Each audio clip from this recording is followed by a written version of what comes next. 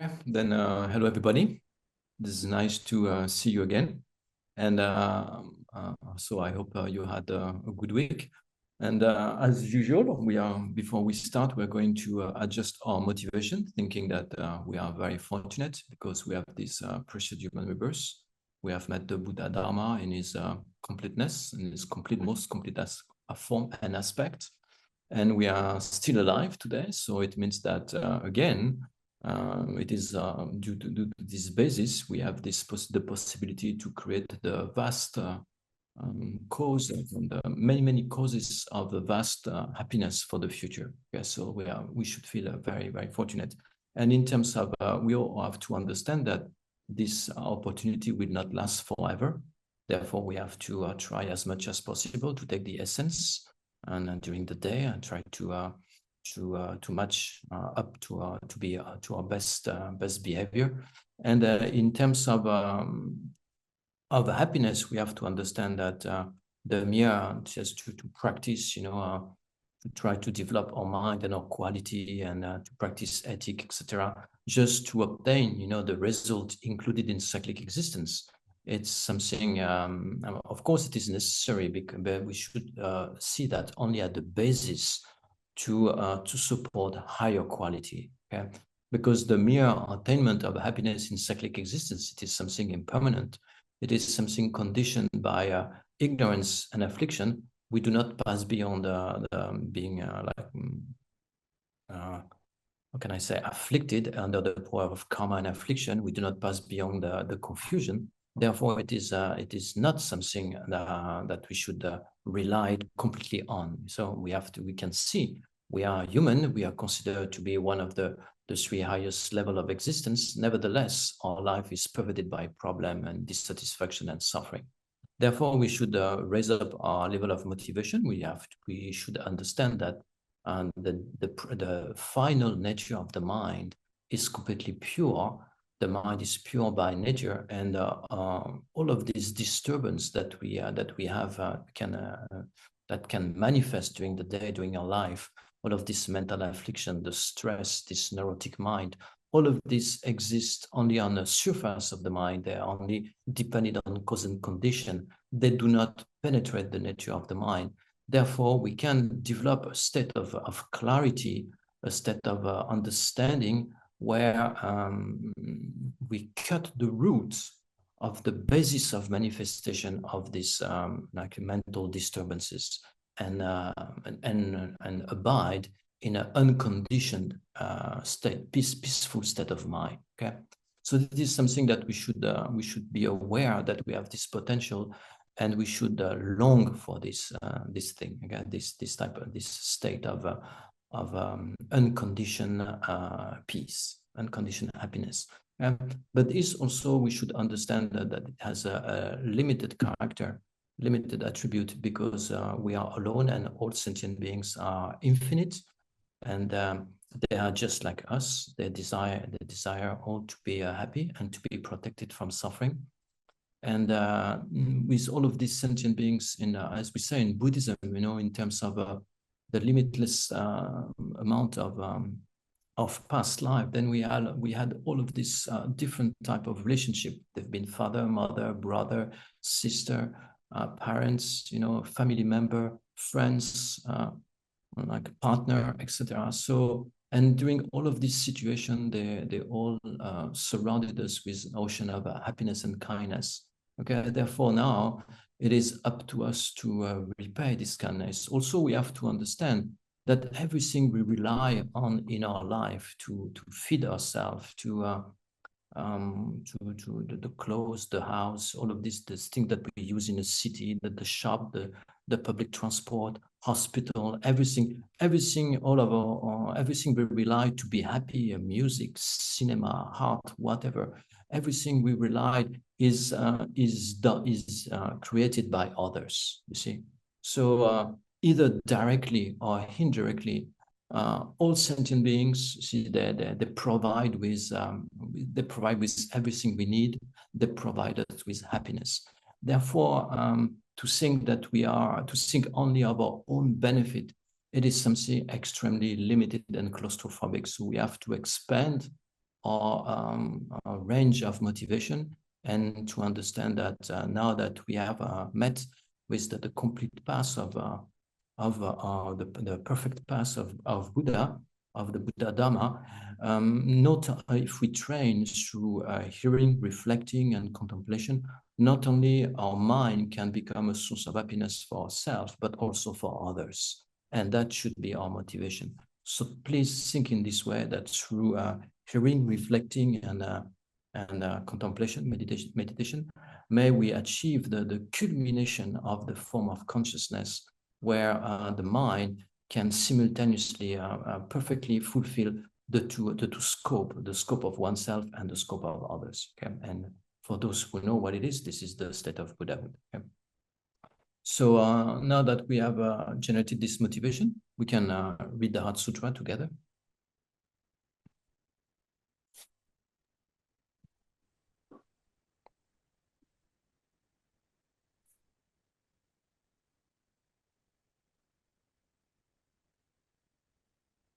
Сутра совершенства мудрости. Поклоняюсь трем благородным, редким и высшим. Так я слышал однажды. Бхагаван пребывал в Раджагрихе на горе Коршуна с великой общиной монахов и великой общиной бодхисаттв. В то время Бхагаван погрузился в сосредоточение, исследующее перечень дхарм, именуемое видимость глубины. И в то же самое время бодхисаттва Махасаттва Арья Валакитешвара, рассматривая практику глубокой пражни парамиты, узрел, что и 5 скандх пусты от самобытия. Тогда достопочтенный Шарипутра, побуждаемый силой Будды, обратился к бодхисаттве Махасаттве Арья Авалокитешваре с таким вопросом. Если какой-нибудь сын благородной семьи хочет приступить к практике глубокой пражной парамиты, как ему следует выполнять ее? На это бодхисаттва Махасаттва Арья Авалокитешвара так ответил достопочтенному Шарадватипутре. Шарипутра, те благородные сыновья или благородные дочери, что желают приступить к практике глубокой пражной парамиты, должны ясно и безупречно видеть и эти 5 скандх пустыми от самобытия. Форма есть пустота, пустота есть форма. Нет пустоты помимо формы и нет формы помимо пустоты. Также пустые ощущения, развлечения, формирующие факторы и сознания. Так Шарипутра и все дхармы есть пустота, не имеют отличительных признаков, не возникают, не исчезают, не загрязнены, не чисты, не ущербны и не совершенны. Поэтому, Шарипутра, в пустоте нет формы, нет ощущений, нет развлечения, нет формирующих факторов и нет сознания. Нет глаза, нет уха, нет носа, нет языка, нет тела, нет ума, нет формы, нет звука, нет запаха, нет вкуса, нет осязаемого, нет дхарм, нет сознания от зрительного до умственного, нет неведения, нет прекращения неведения. И далее, вплоть до того, что нет старости и смерти, и нет прекращения старости и смерти. Также нет страдания, источника, пресечения пути, нет высшей мудрости, нет достижения и нет также недостижения. Поэтому Шарипутра, поскольку бодхисаттв нет достижения, они опираются на пражной парамиту и пребывают в ней. И поскольку в их сознании нет препятствий, нет и страха. Полностью отойдя от превратного, они тем самым достигают нирваны. Также и все Будды, пребывающие в 3 временах, явственные всецело, достигли полного, непревзойденного, наивысшего просветления, опираясь на глубокую пражную парамиту. А потому мантра пражной парамиты, мантра великого знания, несравненная мантра, мантра равна непревзойденному, мантра, полностью успокаивающая все страдания, известна как истина, ибо она безобманна. Мантра пражной парамиты гласит «Таята ом гате гате парагате парасам гате бодхи сваха». Шарипутра, так бодхисаттвы Махасаттвы должны изучать глубокую пражную парамиту. Затем Бхагаван, выйдя из самадхи, похвалил Арья Валакитешвару бодхисаттву Махасаттву. Превосходно, превосходно, он сын благородной семьи, так и есть, так и должно быть. Именно так, как показано тобой, и следует практиковать глубокую пражню парамиту, ибо тогда возрадуются даже татагаты. Когда Бхагаван изрек эти слова, возрадовались достопочтенные Шарадватипутра и бодхисаттва Махасаттва Авалокитешвара, и все собравшиеся вместе с богами, людьми, асурами и ганхарвами, и все восславили слова Бхагавана. На этом заканчивается Арья Бхагавати пражня парамита Хридая Сутра.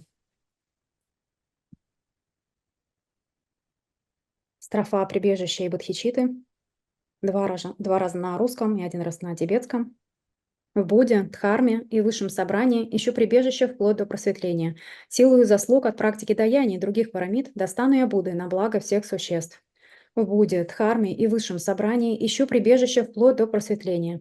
Силою заслуг от практики даяния и других парамид достану я Будды на благо всех существ. Санге чодак цоки чонамла, джанджу барду дакни кяпсучи, даги джинсо гипе цок намки, джола пенчер санге друпар шок. и краткое подношение мандалы. Это умощенная благовониями, покрытая цветами землю, великую гору Меру, 4 континента, солнце, луны, я представляю, как поле быта подношу. Да насладятся все существа-скитальцы жизни в этой чистой земле. Саши пёки джуши мето трамри раплин шени деген пади санге шинду мите хуари доку намда шимла чопарашок идам гуру ратна мандалакам нирьятаями.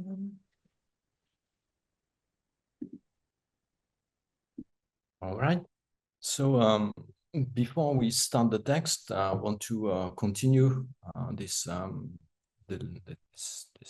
of explanation that I've started last week. Last week we've seen that in terms of the experiencing happiness, we have said that we cannot only rely on a sense consciousness, because we also have a mental consciousness, this conceptualize, the mind that conceptualize all day. And we have seen, you know, that this conceptual mind, it is very strong. It is stronger than the sense consciousness, and the conceptual mind is able to experience happiness or suffering independently on the quality of the contact. Okay, we have seen that. And we have to understand also that the conceptual mind, the happiness, that is created on the basis of the conceptual mind, it is something very stable, while the happiness that is produced on the basis of the sense experience, it is very fleeting. Okay, it is not stable. Why? Because as soon as the object disappeared, the feeling of happiness stops. Okay, it stops. While if we create a mental happiness, that mental happiness not depending on the presence or the absence of external phenomena, it is something stable and can last. Because it is a state of mind. So now, and for that we come to the understanding that that happiness of mind, it is essentially based on at the most coarser level, okay, the coarser level, the way we think, okay, the way we think. Every mind, every instant of mind has an object, okay, and that mind, that main mind, maybe it's a conceptual mind, it is also accompanied that different mental factor. You know, we have the omnipresent, the determining, the virtuous, non-virtuous, etc. Therefore, we cannot find an instant of mind without a feeling. Okay, the feeling, and the entity of feeling is to experience the object. Okay, so if the object of the mind is something unpleasant, then the feeling will be of suffering. If the object of the mind is pleasant, then the feeling will be of happiness. Okay, so this in terms of thought process. If the thought process we authorize, okay, if the thought process we engage in, it is something that we can command, that we engaged in. See, it is something in negative. It has it is a negative way of thinking about oneself, about others, about the environment, about the place where you live, etc. Then automatically, you see, you will experience the suffering feeling, which experience directly this conceptual mind, this image that arises in the mind. Okay, so I hope that this is very clear, and I hope that, and you have to pay great attention to that. Now we have to come to something more. We have to add, you see, to try to get like a complete transformation of the mind. The first is we have to change, you know, the way we think. But the second one also, we have to change the way we look at things. Okay, the way we look at things. So if we like briefly summarize how the act of cognition takes place. The act of cognition somehow it is through the object casting its aspect to the mind. Okay? The object of observation casts its aspect to the mind, and the mind is generated in the entity, or in the entity of the aspect. Okay, or it takes the aspect of the attribute. Okay? So it is like, for example, like a mirror. See, when you place something in front of a mirror, then the image of that object, casts its aspect into the mirror, and the image is reflected in the mirror. This is the way the act of cognition takes place. The mind is generated into the aspect of the object. Yeah, I think it's better like this. The mind is generated in the aspect of the object. It's like when you put your hand in the wet sand, you see, and that imprint, you see, that perfect imprint of your hand in the sand, that would be the act of cognition. This is how an object is cognized. See, so, and then accompanying that main cognition, the main reflection of the entity of the object, we have all of these mental factors that come to catch particularities, you see, of the object. It's going to catch particularities of the object. And according to our mental setup, some people will see qualities, always will see qualities in people. They will have a good outlook for others, etc. They're like more positive. And other, we engage, you see, a defect. We are very skilled in knowing what's wrong, you see, in the behavior, or in the way of speaking, or whatever. We engage, a negative aspect of the object. So everybody in cyclic existence has some quality, and everybody has some defects. Now, in terms of our happiness, what does that has to do with our happiness? It means that if we engage, if we train, because our mind is conditioned, if our mind is conditioned to always pick up the negative side of the aspect, then you see the appearance that will arise in your mind will be something unpleasant, because not only the entity of the object, you see, is cast on the mind, but also there is a similarity in terms of what kind of attribute you're going to pick up from the side of the object, or the person, or the situation, or whatever. So all of these negative attributes that you engage, they will appear to the mind, you see. So the mind will be produced, will reflect an unpleasant person. It will cognize an unpleasant person. It will cognize an unpleasant situation, or whatever, and therefore automatically the feeling which experience that negative outlook that we have, it will be a feeling of suffering.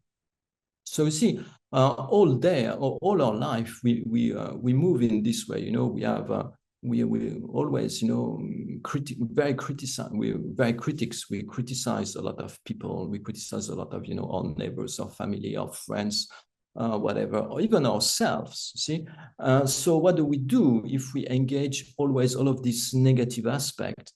It means that the image that arises in the mind is a negative image. You see, it's an unpleasant image, and due to familiarity, then all day somehow we create this very difficult environment, you see, because we have our mind somehow we authorize the mind to always look in negative aspects in terms of the place, in terms of the people, in terms of the activities. So therefore, we create in this way, we create instant by instant a somehow difficult reality that arises to our mind. It's a difficult reality, but we are responsible. We have choose, you see, we have choose to focus the mind on this particular negative aspects, and that's become a reality. You see, that's become a reality. The mind get accustomed to only see those negative aspects, and everywhere it goes, after some time, it will always come back to this particular predisposition that he has. But you see, it is something that we have, because everywhere in cyclic existence, you know, this is not perfect. There is no perfect place. There is no perfect people.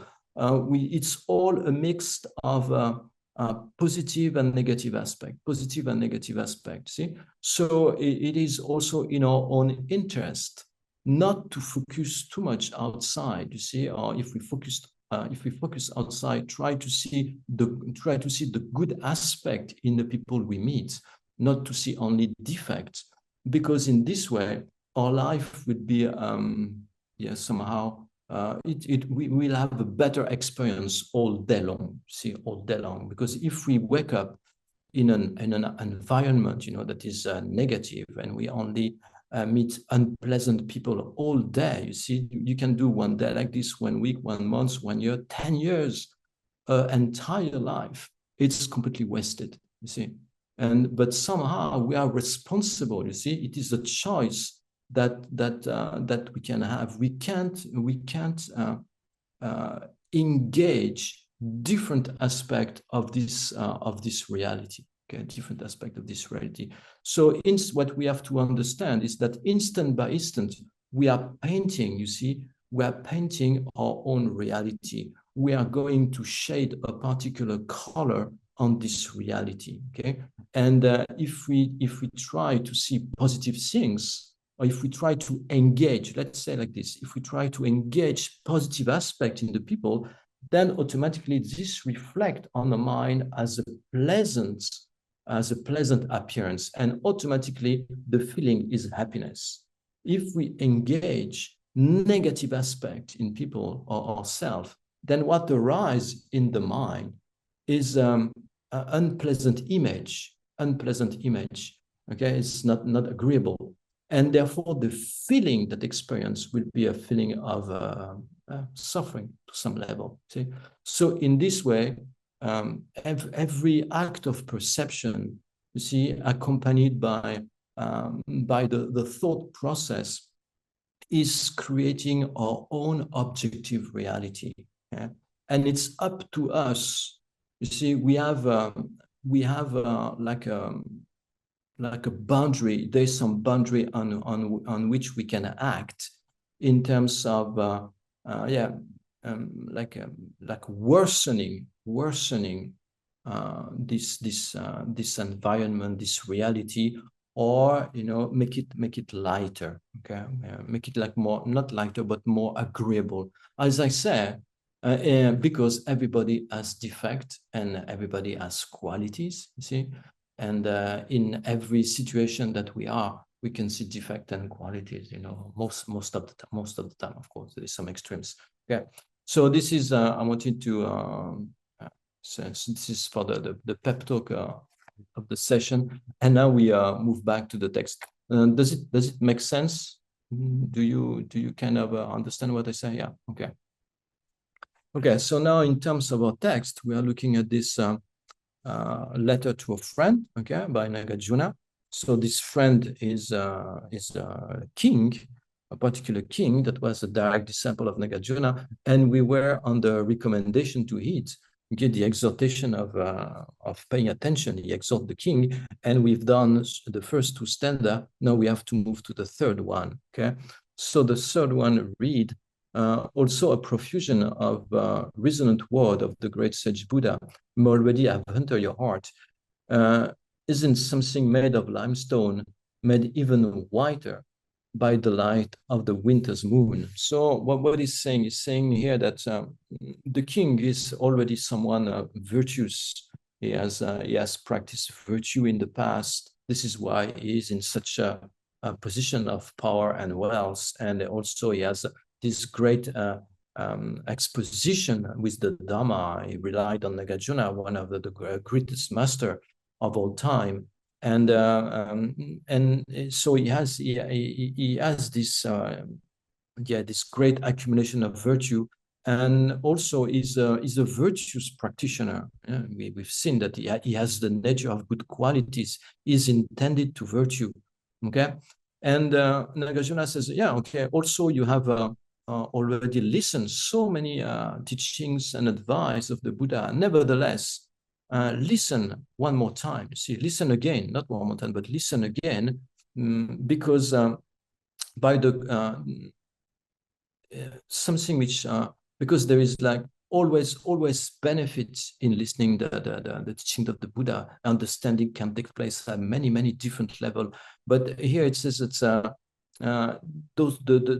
speech of the Buddha, you know, it is something which is excellently spoken, and it is something that when understood and realized,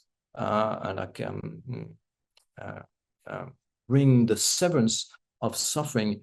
And he said that it can only benefit your mind exactly as something that is already white. For example, I don't know if you've seen a picture of Greece. In Greece, they all have these white houses. See, in the south of Greece, they're all white.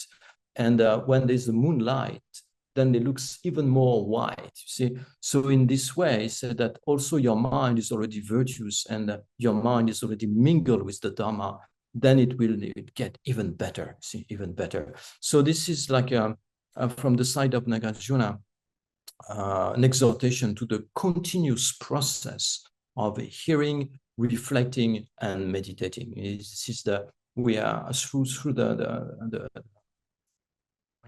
we have to develop along the path what we call the three wisdom: the wisdom of hearing, the wisdom of reflecting, and the wisdom of meditating. Okay, so the wisdom of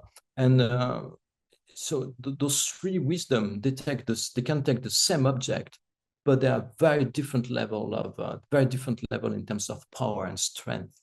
Okay, so at the beginning, we have the wisdom of hearing. The wisdom of hearing rely on the word of others. So, for example, you read some text, or you listen to some explanation about Buddhism, and then some kind of understanding comes to your mind based on the word of others. That's the wisdom of hearing. Okay, so it takes as its object, it has only it has sound and meaning generality. Okay, the meaning generality is the conceptual image that arises when you think about something. You know, when you think about a particular subject, there is the meaning generality. So the wisdom of hearing takes those two objects, and then after, once you've listened, or when you've read some text, some book, you have to reflect on it, and that's the very important part. You have to reflect and probe the teaching, and you have to make it your own. You have to come to your own understanding. I mean that it is not something that you accept because it is said by someone or it is read in a book.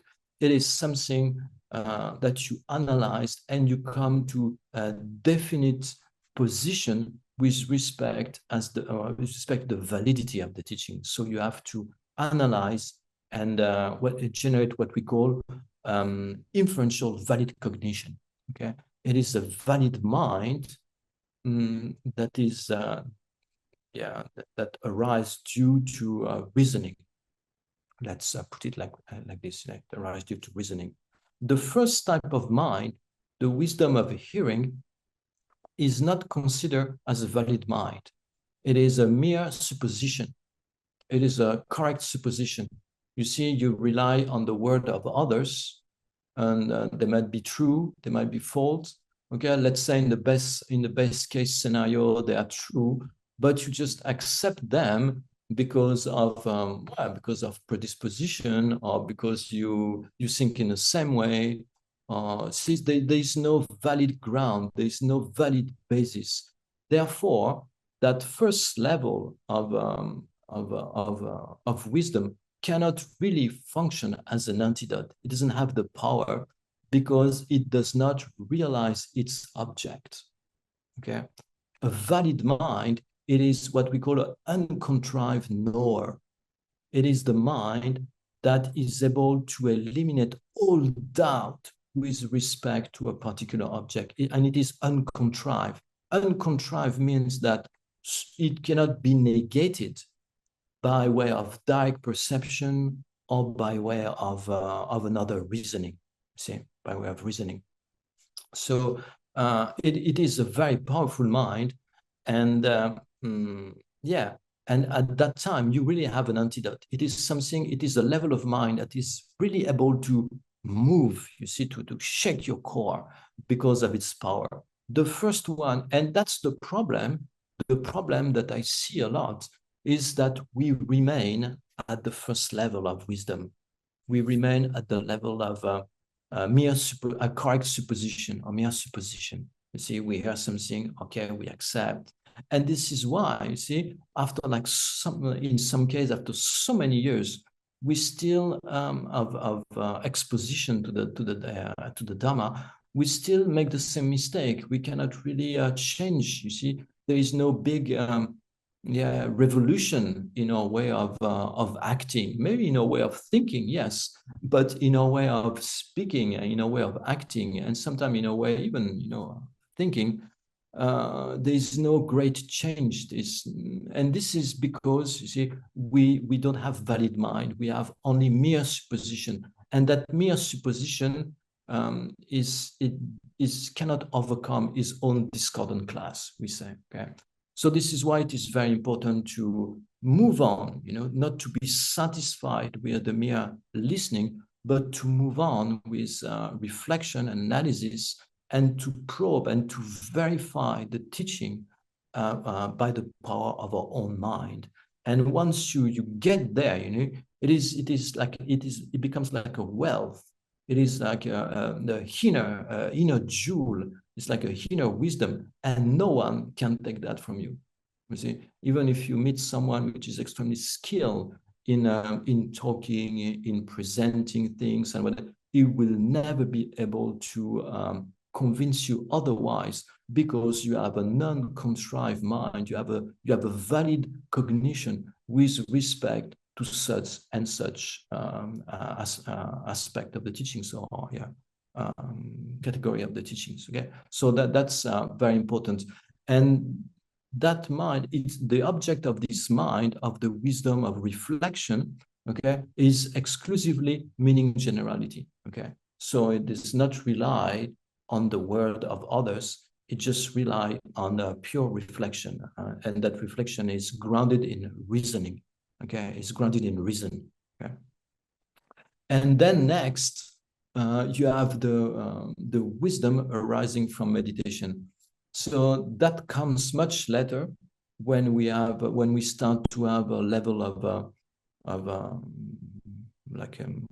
concentration, to be really in tune with the tradition. We said that the wisdom arising from meditation arises only, at the very least, with the mind of calm abiding, and the best would be the calm abiding and special insight. So there, you see, there it's further along the way, and this is through this type of mind that one slowly move to a direct perception of the teachings. Okay, so it is only through this developing this wisdom of meditation, which is sustained by calm abiding and special insight, that one can gain the direct realization, for example, of subtle impermanence, the direct realization of emptiness. It is based on that. Okay, and there, so you have the final antidote. You have the final antidote, which is the direct perception.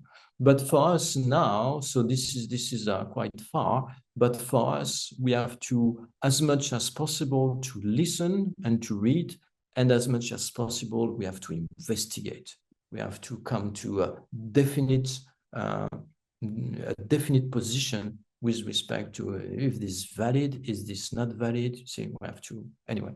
Okay, so this is in terms of the three wisdom. So there in this section, in this stanza number 3, it is just a reminder. You see, a reminder of the continuous process of study and meditation. Study and meditation. Okay, well, there is this. The Kadampa Geshe used to say that when he's listening, he's reflecting and meditating. When he's reflecting, he's also listening and meditating. And when he's meditating, he's also listening and reflecting. So those three, they are completely inseparable. Okay, and now we move to a new section of the text. It's called the actual instruction, and it's divided into two. We have the general advice concerning the virtuous practice, and then and this goes until the stanza 64. And then after, we'll have the development of aversion for cyclic existence by contemplating the faults, the defect of cyclic existence. So now we enter into this general advice, and it's stanza number 4.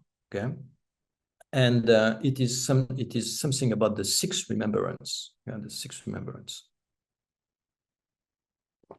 So the text says, the triumphant has proclaimed 6 objects for continual mindfulness: the Buddha, the Dhamma, the Sangha, generous giving, ethical discipline, and the gods. Be continually mindful of the mass, of the good qualities of this, Okay. So the sixth remembrance, it is an argument that come also in Abhisamalankara, but there are 13s. Okay, here we just have the first 6. Okay, so a mindfulness, as you can see here, there is the term mindfulness. So this is in Buddhism, it has a very particular meaning, and right now and these days, because of this new trend of mindfulness and everything, it becomes a little bit like diluted with a lot of water, and it lost its main taste and function. So here, mindfulness means not forgetfulness, not to forget. That when it means. So the mindfulness is the mental factor that does not forget its object. So we can translate it also as memory. Okay, remember continuously. That's mindfulness. Okay. So what is this? What is the advice here? Is to always bring to mind, not to forget the Buddha, the Dhamma, Sangha, the giving, ethical discipline, and the devas, the gods. Okay, so now we are. So what does that mean to be mindful of the Buddha? According to Jetsumpa, in his commentary on the perfection of wisdom and the text of Maitreya, the remembering the Buddha means to remember the causes of such a state, to the causes to attain the state of Buddhahood, and particularly is to remember the practice of the six close placement of mindfulness, which is those four placement on the body, feeling, on the mind, and on phenomena, and the branches of enlightenment, okay, which are the different meditative stabilization, etc., and the Eightfold Noble Path. It will, all of this will come later. Okay, and it comes in the text. Okay, so mainly it is according to Jetsumpa, that's what it means to remember the Buddha. It means to remember the cause. But we can also think that here, in terms of remembering the Buddha, Dhamma, Sangha, is somehow to perfect the refuge. Okay, the concept of refuge, to be always mindful of the presence of the Buddha, and to recall the Buddha in terms on the teacher, the one who has achieved enlightenment. That's the nature of the Buddha. That's to have achieved enlightenment. And the Dhamma, what is the Dhamma? It is the Buddha motivated by compassion, sharing his experience. Sharing the experience of the complete pacification and happiness of enlightenment. And what is the Sangha? The Sangha are those who put they have the Dhamma at the sphere of activity, and their function is to foster enthusiasm. See, they foster enthusiasm. So in terms of the Buddha, we can also recall the Buddha in terms of his good quality of body, speech, and mind. So in terms of the qualities of the body, we have to come to understand that this body is the result of a vast accumulation of virtue. It has different mark, etc.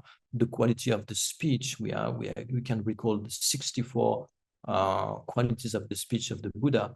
And in particular, we can recall the quality of the mind, and the quality of the mind of the Buddha is to understand that he has eliminated everything that has to be eliminated in terms of obscurations and defilements, defects, and he has developed everything that has to be developed in terms of quality. For example, a quality like ethic or like generosity is brought to this maximum into the Buddha states. It is what it means. It means that it is not possible to develop generosity, ethic, patience more than the one that exists in the Buddha sphere. Okay, so the quality are completely consumed. Okay, and his mind is bound by great compassion.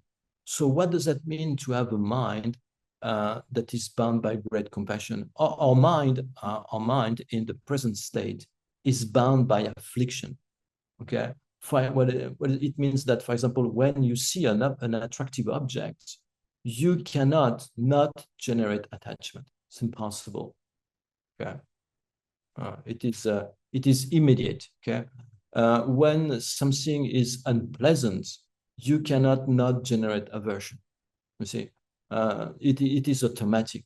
The mind is completely conditioned, our mind, because it is obscured with respect to reality, and because it has this great familiarity, it is completely,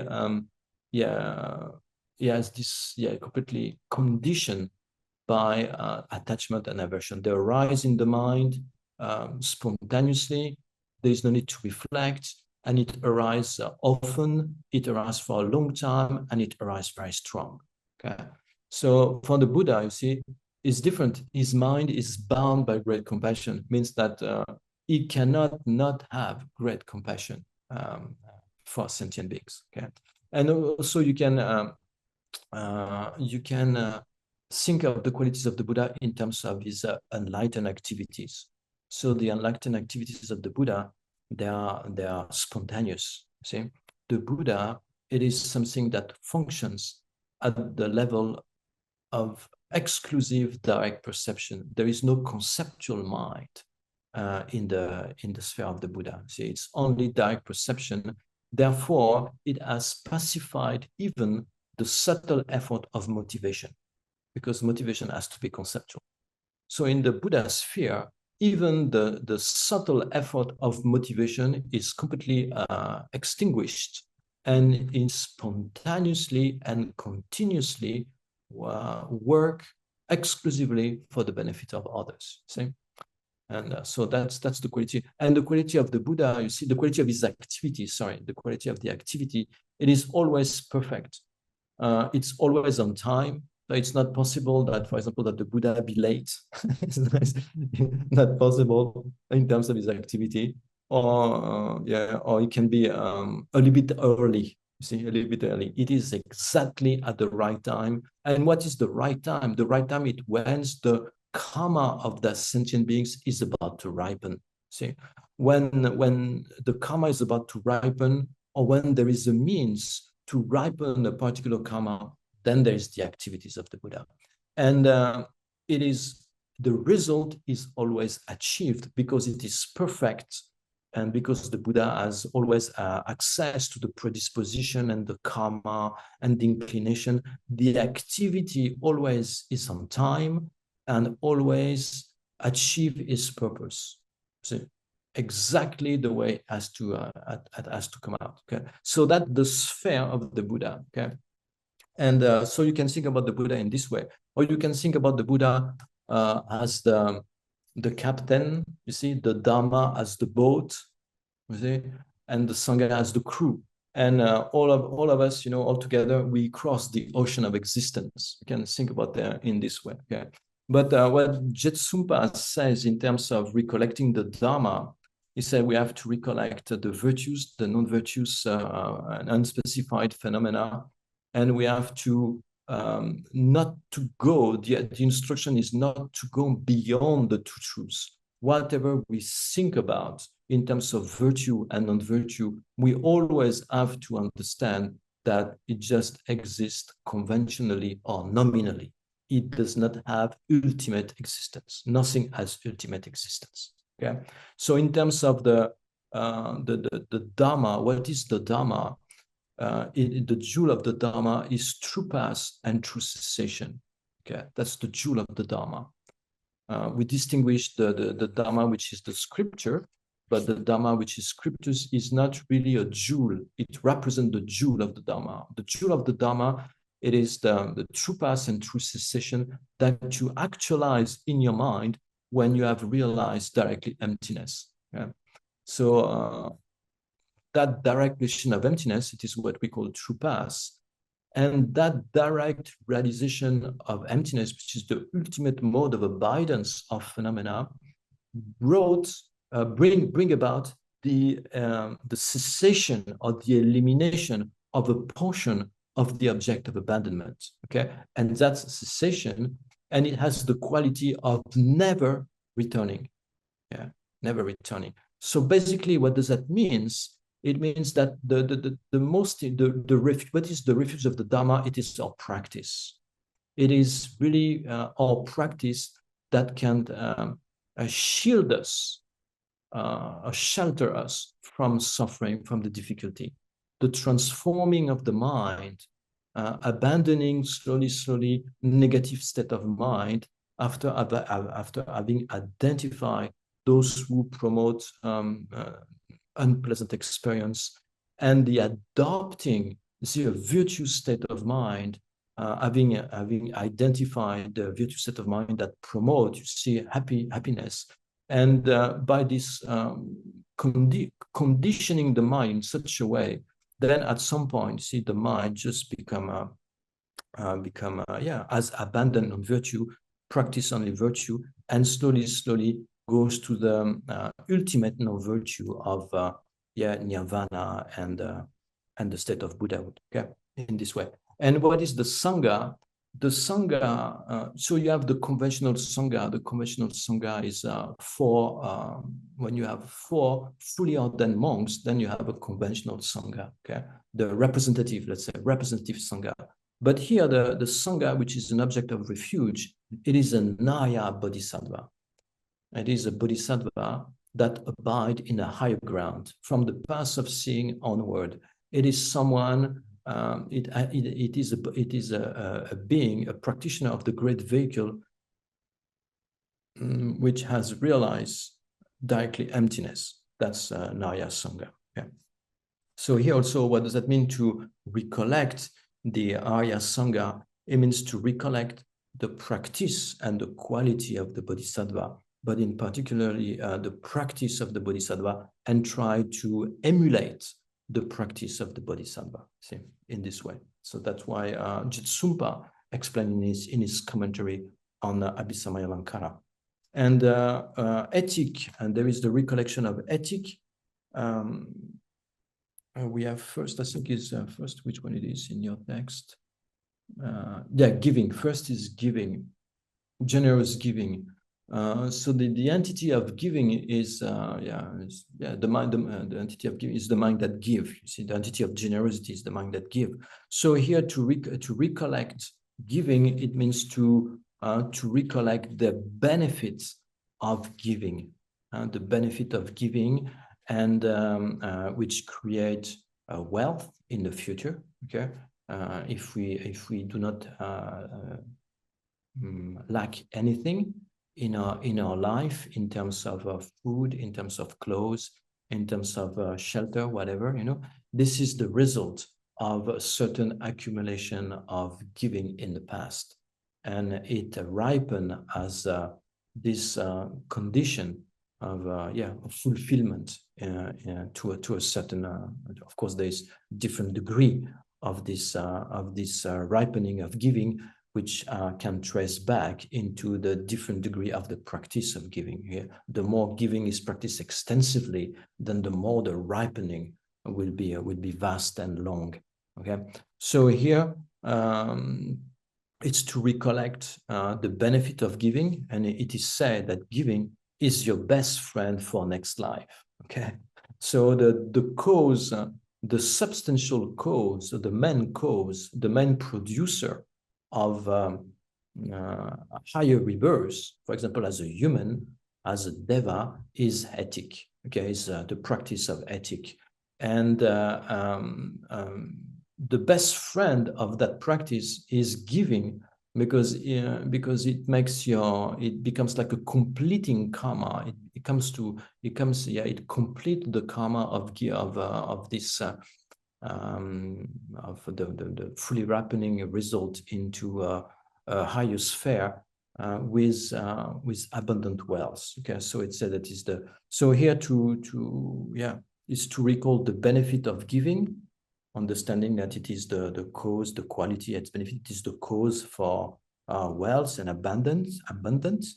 And also then after they said the ethical discipline, and also is to recall the benefits of ethical discipline, is to contemplate the benefits, and as I say, what is the cause of ethical discipline? It projects higher rebirth as a human, as a asura, or as a deva, okay, according to the degree to which extent that practice has been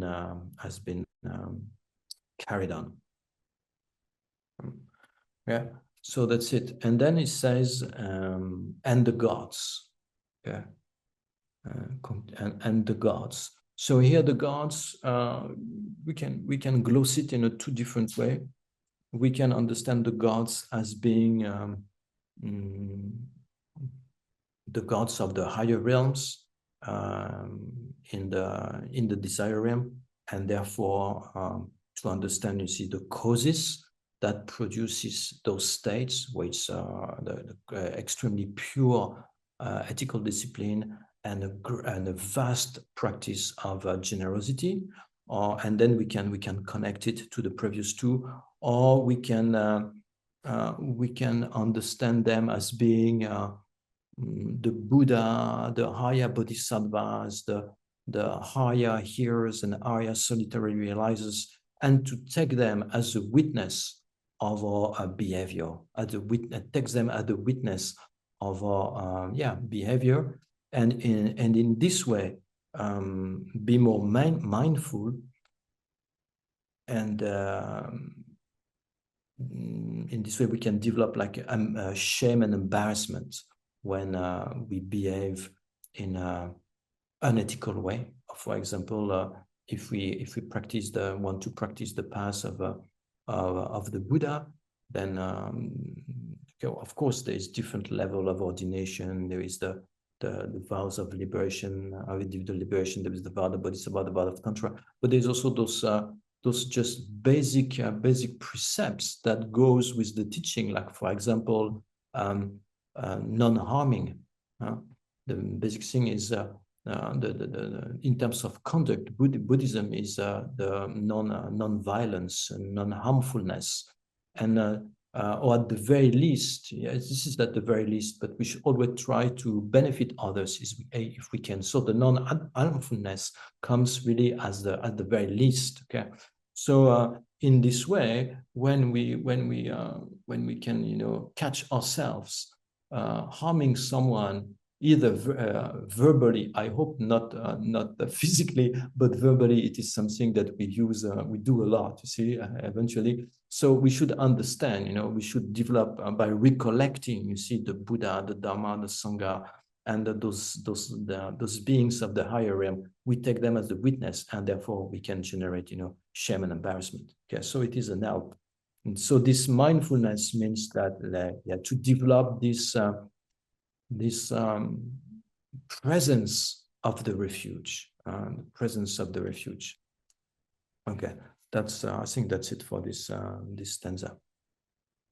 And then the next stanza says, always always entrust yourself with body, speech, and mind on the 10 pathways of constructive karma. Turn away from intoxicants, and likewise delight as well in the livelihoods that are constructive. Okay, so here it's underlying a particular aspect of the law of cause and effect. Yeah, it lays out the practice of ethics at the very basic. So normally we have the abandonment of the 10 non-virtuous actions, but here we have 2 extra. So we have a 12. We have a 12, 12 units that are the causes that are presented by Nagarjuna as the causes of higher rebirth. And by higher rebirth, you should understand the rebirth as a human, and as a particular human, as not being a human in itself.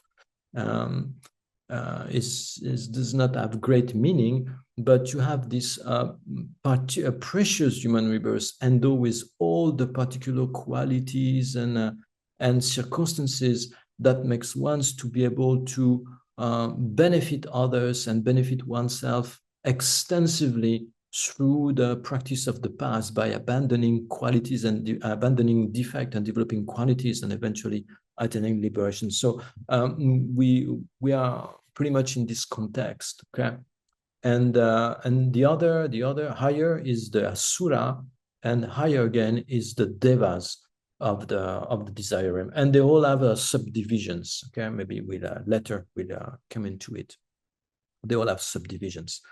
Okay, so it says always entrust yourself with body, speech, and to the 10 pathway. What are the 10 pathway? It is the 10 paths of action that have to be abandoned. Okay, and so we have to abandon 10 and practice the 10 opposite. What have to be abandoned is the 3 of the body, the 4 of the speech, and the 3 of the mind. And the 3 of the body is killing, stealing, and sexual misconduct. Okay, for example, going with the partner of others, this kind of stuff. And in terms of the speech, we have lying, we have divisive speech, we have harsh word, and we have idle gossip. Okay, so we have 4 of the speech. And in terms of the mind, we have covetousness, malice, and wrong view. Okay, so by abandoning those 10, we have to develop the other one, which are the 10 virtuous paths of action. And on the top of this, Nagarjuna advised to abandon intoxicants and to strongly delight in a virtuous livelihood. What is a virtuous livelihood? But it is a type of life that does not harm others, but also that does not promote the lack of care or attention for others, for the environment, you see. So that would be a virtuous livelihood of this context, okay? So it is quite straightforward, okay? So anyway, we will come to, I think those things, they come back, okay? So in here, so basically here, in terms of the law of cause and effect, this is, we connect ourselves to the law of karma. So I don't know, in terms of your personal individual knowledge of the Buddhist path, if I have to go into a lot of details, or if I have to be general, because I don't know how much you have studied and how much you have like if I talk about karma, and if I said what are the 4 general characteristics of karma, it is something that everybody knows, or I have to explain them. What do you know? What are the 4 general characteristics of karma? So the law of cause and effect, the law of karma. It is one of the many laws so the law of karma is one of the many laws of cause and effect. There's the law of cause and effect at the biological level, you see, at the psychological level, and there is this law of karma. Law of karma means that an action brings a result. Okay, an action brings a result, and it has 4 general characteristics. 4 general characteristics. The first thing is that the karma is definite. Karma is definite means that it is definite that the virtuous action produce happiness results, and it is definite that the non-virtuous action produces suffering results. It is impossible that the non-virtuous action yield a positive result, and it is impossible that a virtuous action yield a negative result. This is impossible. Okay, so karma is definite in terms of this general aspect.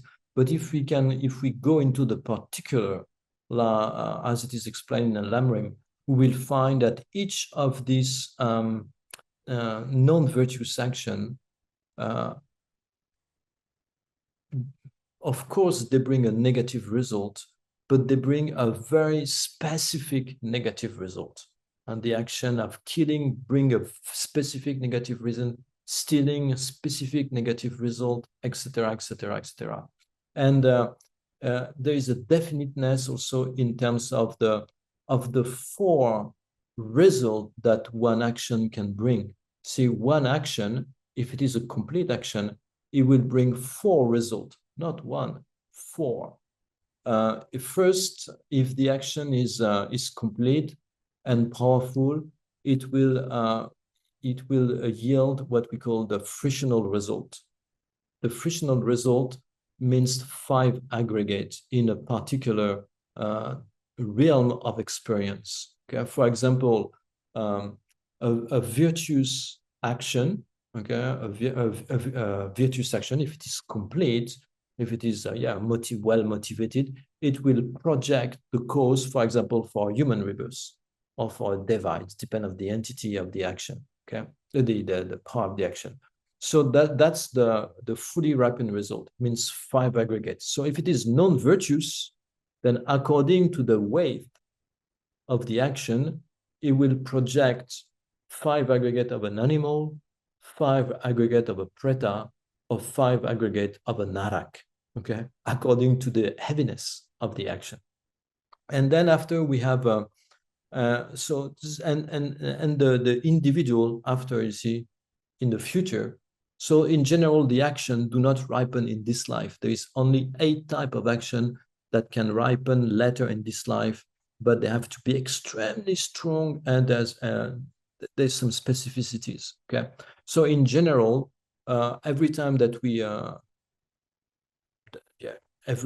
perform an action, it leaves a potential on the mind. Okay, to experience a particular result.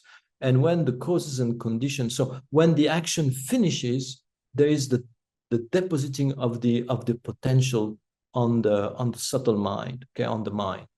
And when the causes and condition gather, when the causes and condition gather, then there is the experience of that particular action, of the particular result.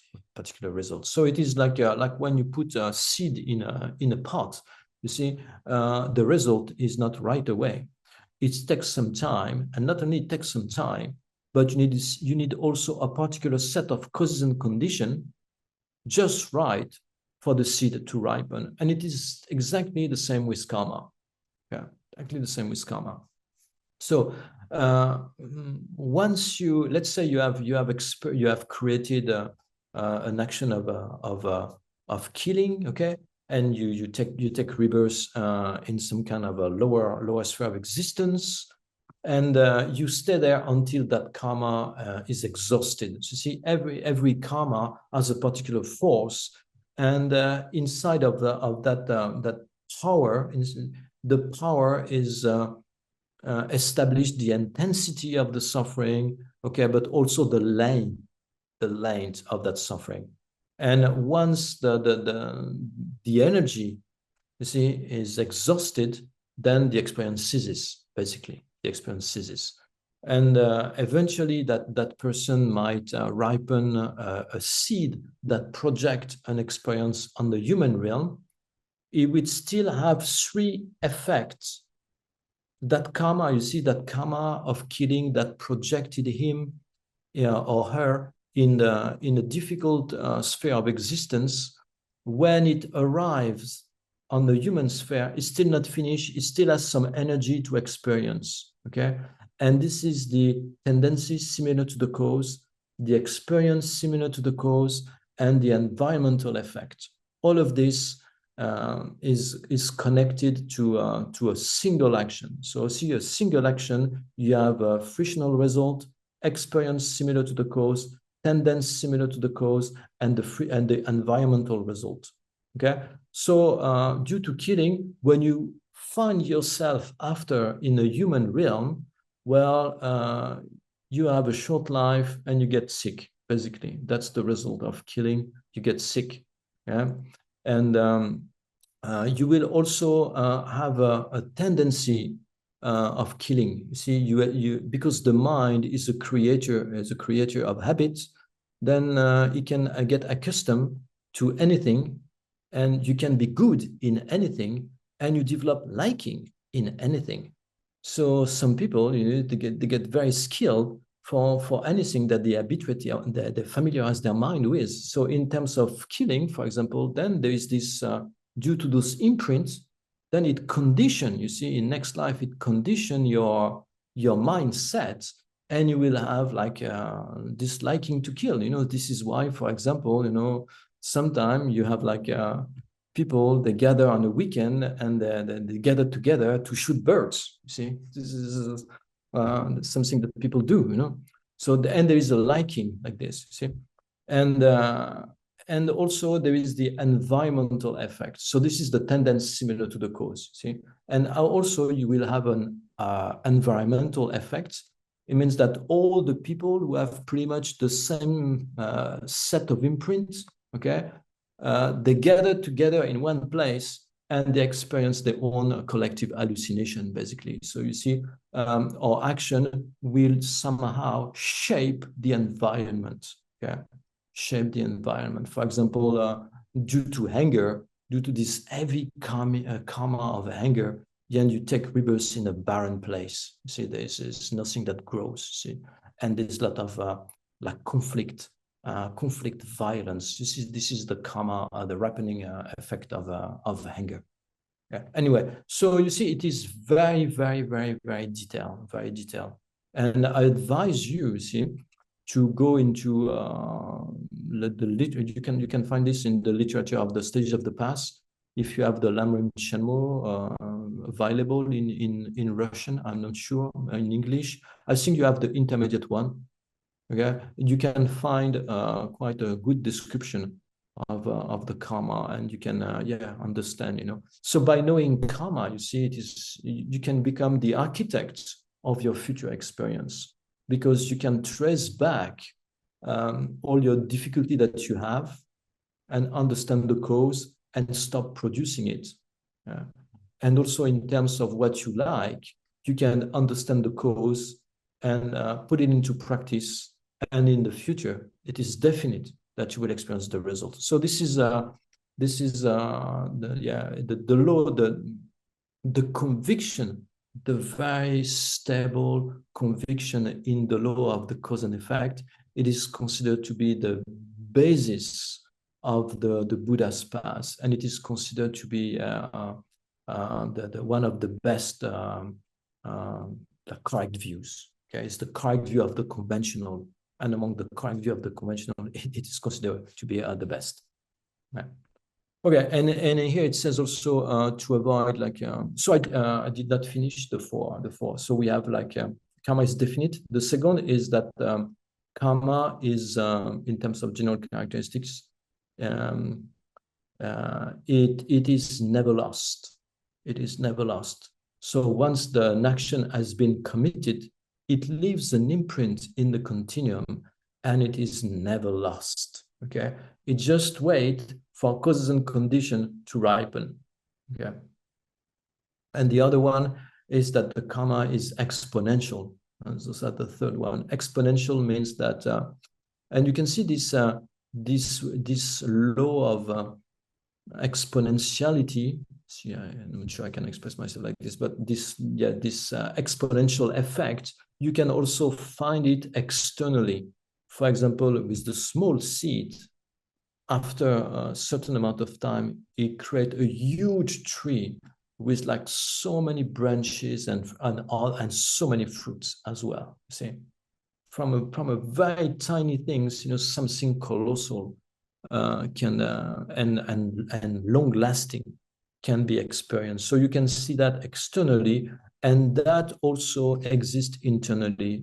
In the internal law of cause and effect, the karma, you also find this aspect of the result developing exponentially.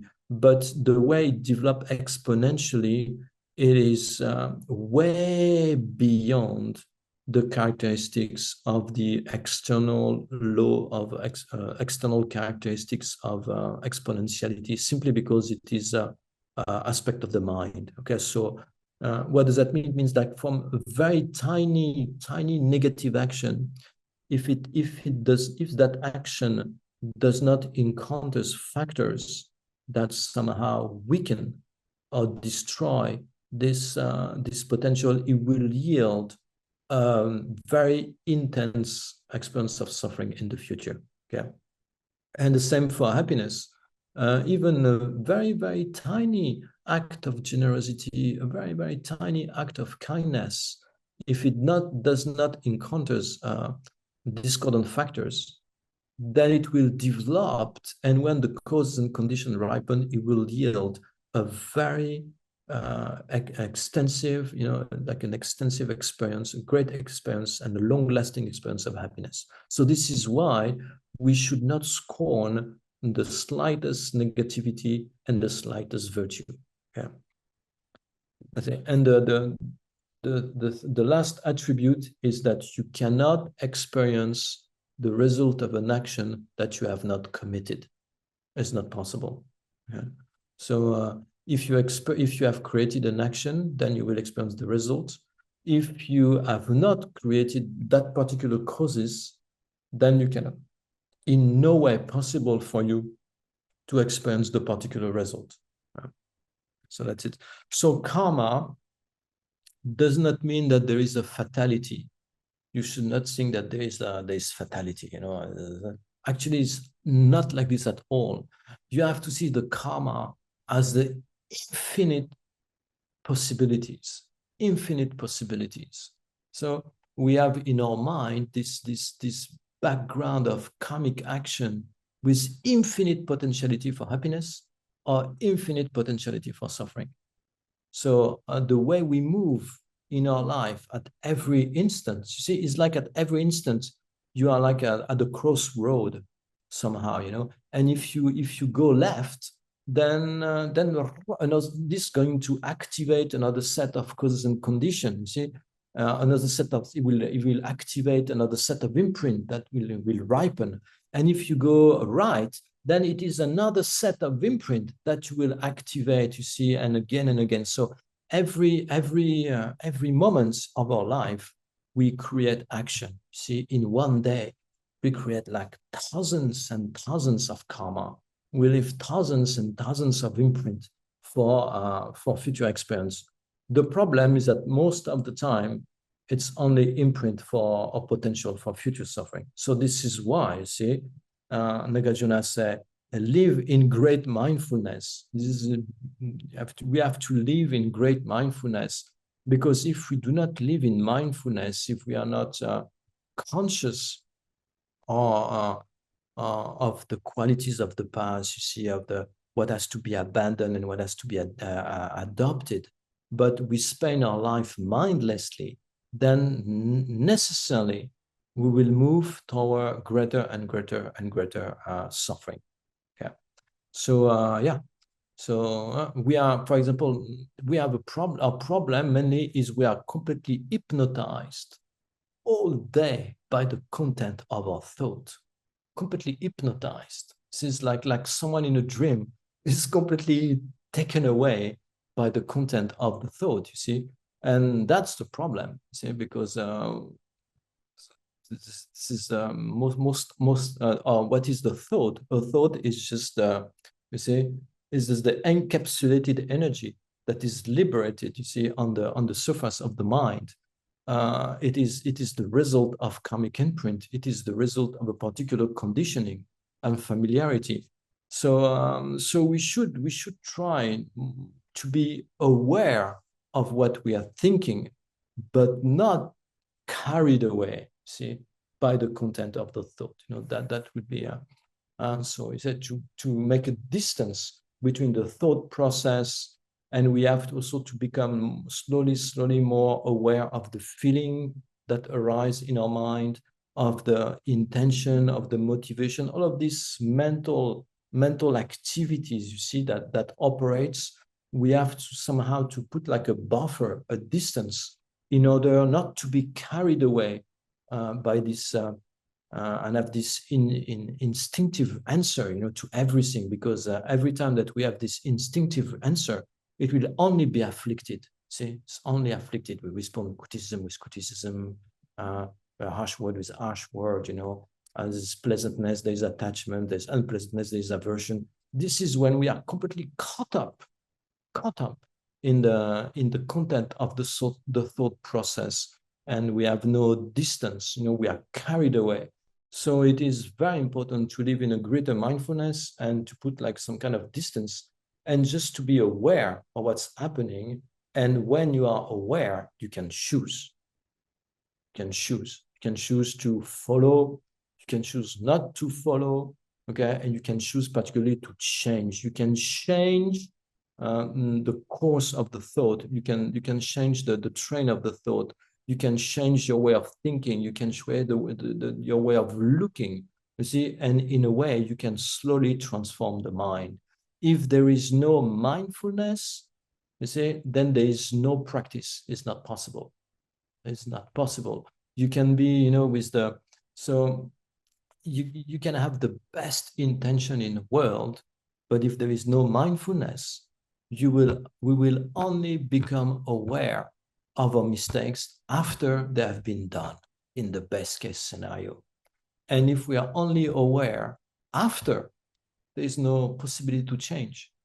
We have to become aware before doing them. See, when you can see that it's growing, you know, aversion is growing, and then you can react, then you can choose, you know, slowly, you know, to operate on the mind. But for that, we need to be aware. We need to be aware of our thought. We need to be aware of our feeling. We need to be aware of our motivations. You know, sometimes we are not even aware of our, you know, underlying motivation for things. See, it's always contaminated, you know. It's like onions, you know. You always take something, you know, always to take something. So this is, you see. So what I'm trying to underline here is that yeah, mindfulness is very important. And what we are trying to do in Buddhism is to change the mind. You see, the Buddha, the result, or even liberation, you know, it's a state of mind. Okay, it's a state of mind. The path is nothing else than consciousness that are developed, particular type of consciousness that are developed, and other type of consciousness that are extinguished, eliminated. See? And what is the basis for doing this is this present mind, the present mind. So everything, the basis, the path, and the result, they are mind, you see? So the practice is not taking place outside. It's not by looking at others, whether they do, what they don't do, that we are going to progress internally. You don't need to be on, yeah, so what we need to do is to observe our mind and try to implement the advice, see? But to be able to implement the advice, you need to have as your main object of care is the mind. Okay, it's the mind. Remember that Buddhist in Tibetan is Nampa, is the one from inside, the one who turns his look inside, is the inner guy, is the inner one. Okay, the Nampa. Anyway, so I'm sorry, I just got distracted. Okay, so now we are moving to the sixth stanza. Yeah, the sixth stanza says, having realized that possession are transient, and like any essence, be generous in a proper manner toward monks, Brahmin, the poor, and your kin. For the hereafters, there is no better friend besides generosity. Okay, so here it says that normally, you see, we think that to be happy, we need things. You know, that's the way we've been raised, and the media, you know, television, etc. They're not very helpful. You know, so and even, you know, in terms of the success, the success is measured, you know, not in terms of quality, it's in terms of possession. You can be the worst being, but as long as, you know, you have like plenty of resources, okay, you are someone who have succeeded somehow, you know. So that's the modern way of looking at things, you see. So here, what we are to produce mainly is in terms of the Buddhist path is qualities. But because but the problem is because we live in a desire realm and we have senses, then our consciousness, they are constantly, you know, thirsty for the respective object. Okay, and we want to accumulate. We accumulate resources. We accumulate possessions. We accumulate cars. We accumulate like clothes. We accumulate shoes, handbags, watches, you know, or whatever, you know. So we have to understand what is the advice of Nagarjuna here is to understand that the possessions are like money, for example, riches, is fluctuating. Fluctuating means it is unstable. It is ephemeral. It is it is something that does not last. And anyway, when we at the time of death, we'll have to leave everything behind. Okay, so everything that we have worked so hard, and even sometime, you know, we have even had to develop how can I say, develop like a non-virtuous behavior to accumulate those wealths. They will be left behind. See, there is not an atom that we can bring with us, and that they're fluctuating means like there is no certainty. There is no certainty that those wealths, they will not be stolen, that they will not be deteriorated. You know, so we have to understand that they fluctuate. You know, the wealths, they fluctuate, and they're essenceless. Without essence means that they cannot provide real happiness. They cannot provide like a stable satisfaction. You know, buying things, you see, accumulating things, we are just feeding our own insatisfaction. Yeah. It is like drinking salty water. There is not an amount of wealth where you'd say, okay, it's enough. There is always something new. There is always something shinier. There is always something of a better design. There is always something faster that comes out, you see. And as soon as it comes out, you just want it. And it will never end. Yeah, it will never end, you know. I can see that myself with computers, you know. I have started with these premise computers, you know. It has to be it has to be fast and everything, you know. And then 6 months later, not even 6 months later, there is always something new, you know. So it always, you know, if we not learn to be satisfied with what we have, you see, there's only this feeding of insatisfaction. Yeah. So and what Nagarjuna says, with your wealth, what is the best things to do with your wealth is to practice generosity with it.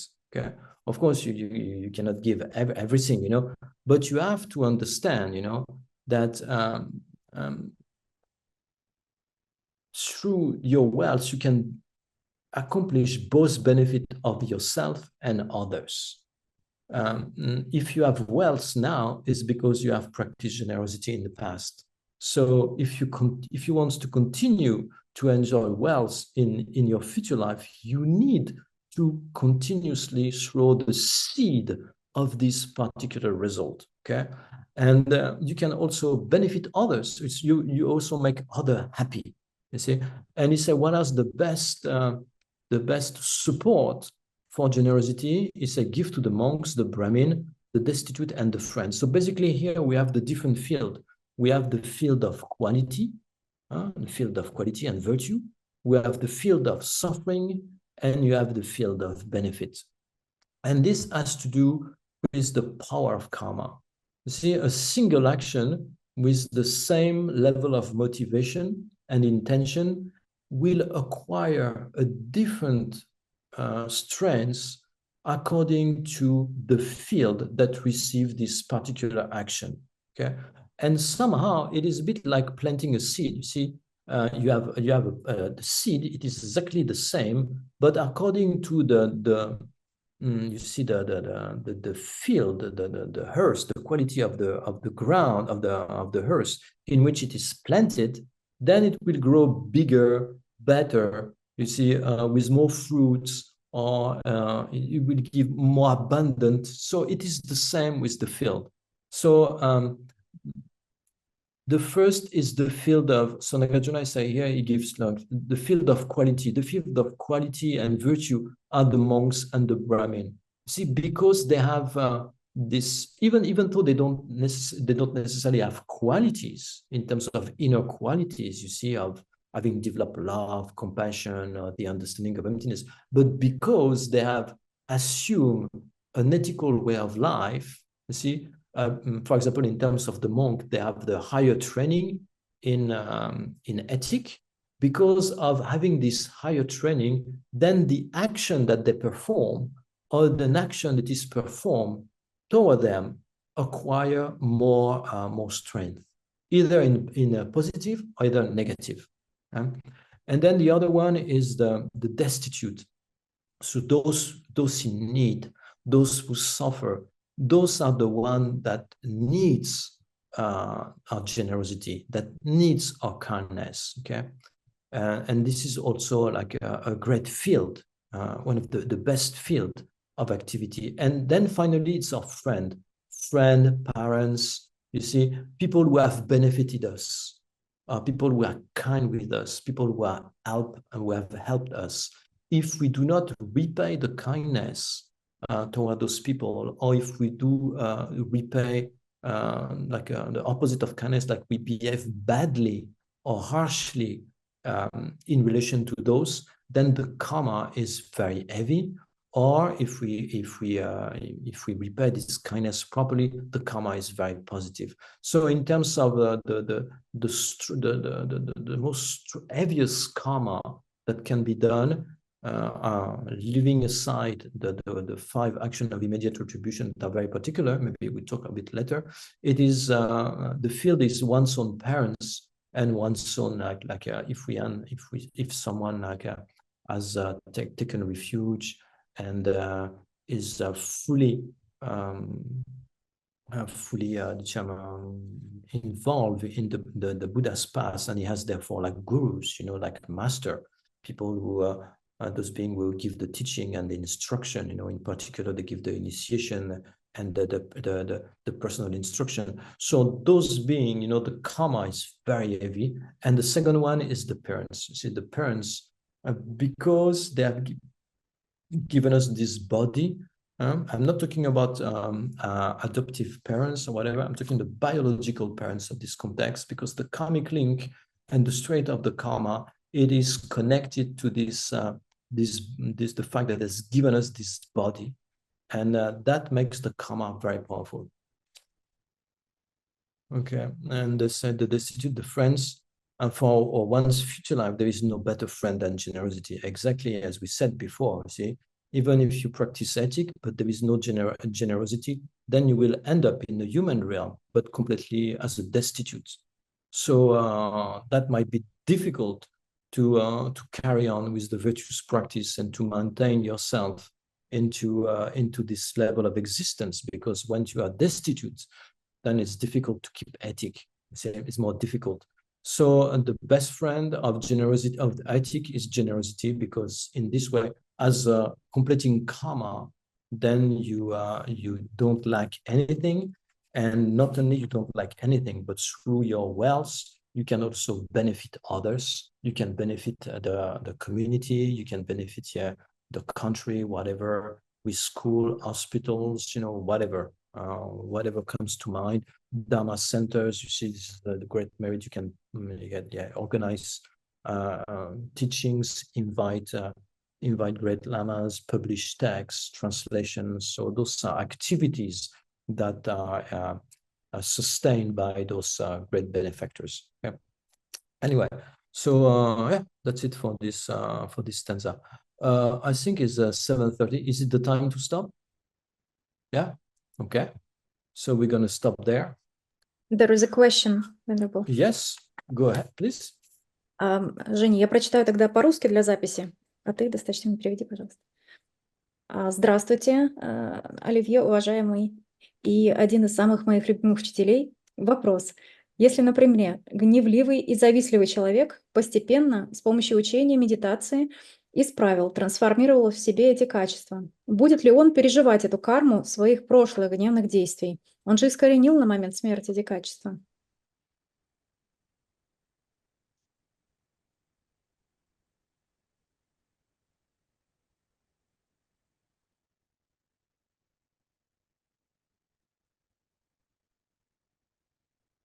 I'm not sure I understood clearly the. So is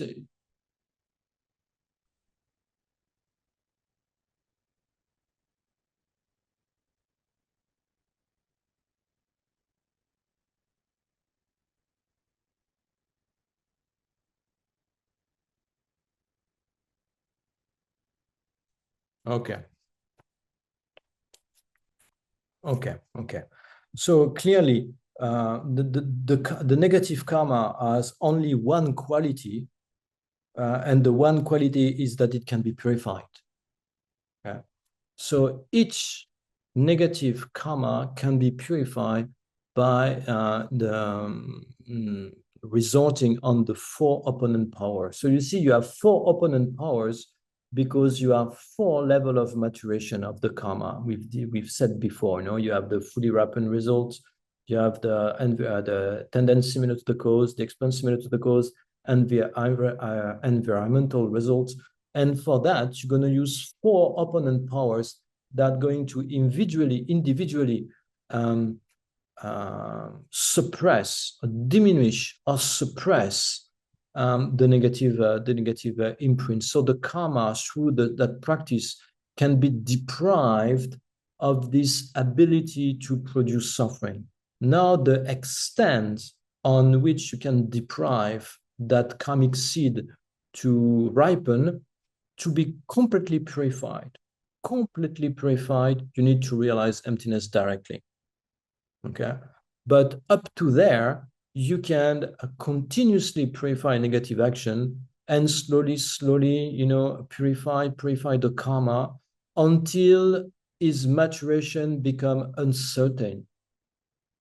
I mean, it's postponed. Okay, postpone, or you can purify it to the level where instead of experiencing, for example, like a rebirth in the lower realms at the end of this life, then you experience some difficulty in this life. For example, you fall sick, you have a sickness, or for example, sometimes even the text they say like a strong headache. They say like strong headache for practitioner who practice sincerely and repeatedly, okay, continuously, they can purify the lower rebirth. Yeah.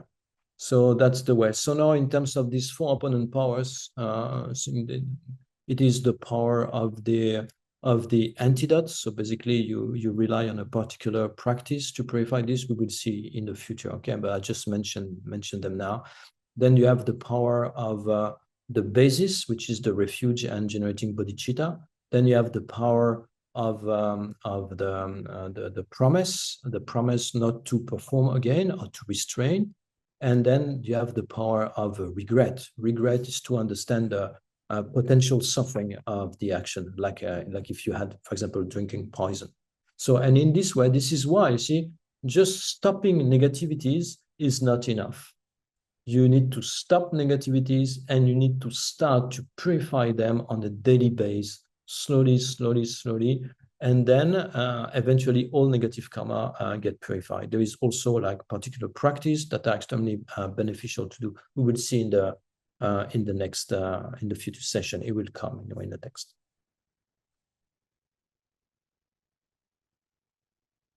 So yeah. There is another question. There is one question and also a commentary from Sanal who says awareness, exactly what you've been speaking about. Yeah, awareness, but also with the component of mindfulness. Okay, because you have to remember also. You have to not to forget. Awareness is very important, but also not to forget what has to be practiced. Okay, what has to be abandoned. Yes, sorry, I cut you. Yes, and one more question. Женя, я сейчас тогда напрямую переведу на английский и потом по-русски проговорю. One more question regarding Sangha.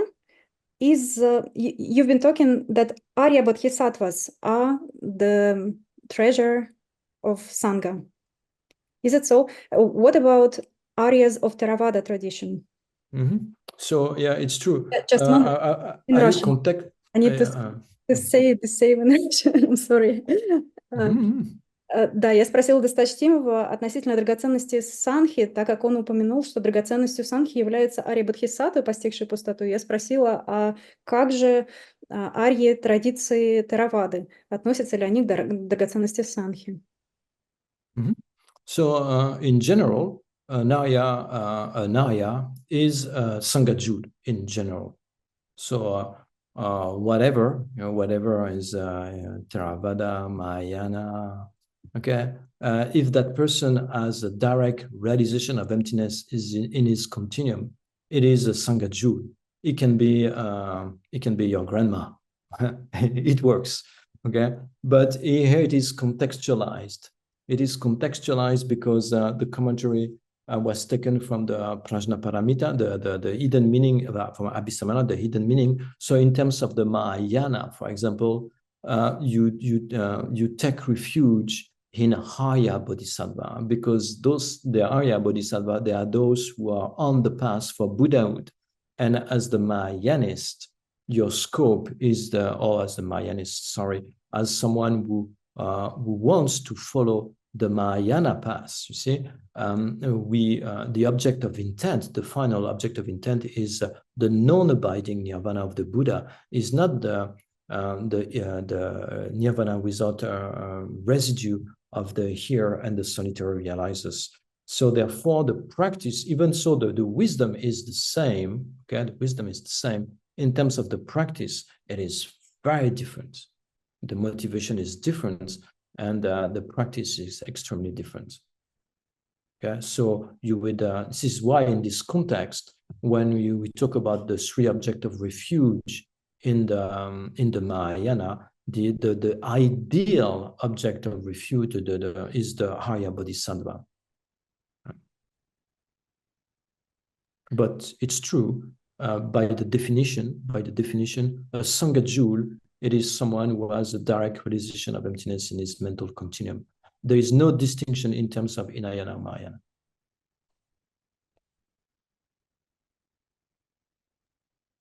Okay, thank you. Thank you. No more question up now. Okay. Then if there is no more question, maybe we can resume we can end the session here. Thank you all very much for your attention, and wish you a good week, and we will find us up next week. If you have like questions that comes during the week, you see, because you reflect or whatever, you can, through Anastasia, so she can send them to me, and at the beginning of the session, I will answer the questions, if you wish. Yeah, if you wish. Yeah. Thank you very much. So maybe we can do the dedication as you do usually.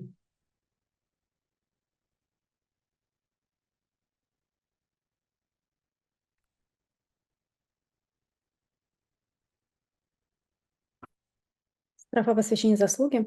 В силу этой добродетели, да достигну я быстро состояния гуру Будды и приведу всех без исключения сущих скитальцев к этому просветленному состоянию.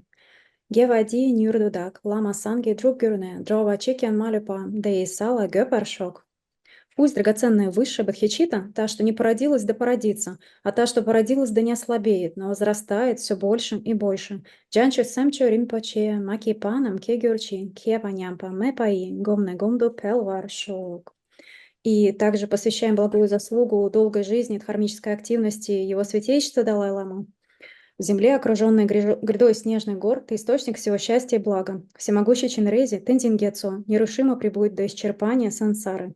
Ганри Равой, Корвей Шикамдир, Тенден Дева Малю Джуэне, Ченри Диван Тенчин, Тензин Гетсои, Шапесите Барду Тенгюрчик. И также посвящаем это занятие и все занятия нашего центра скорейшему возвращению нового безошибочного воплощения Кьябджи Ламсоп Римпаче. Thank you.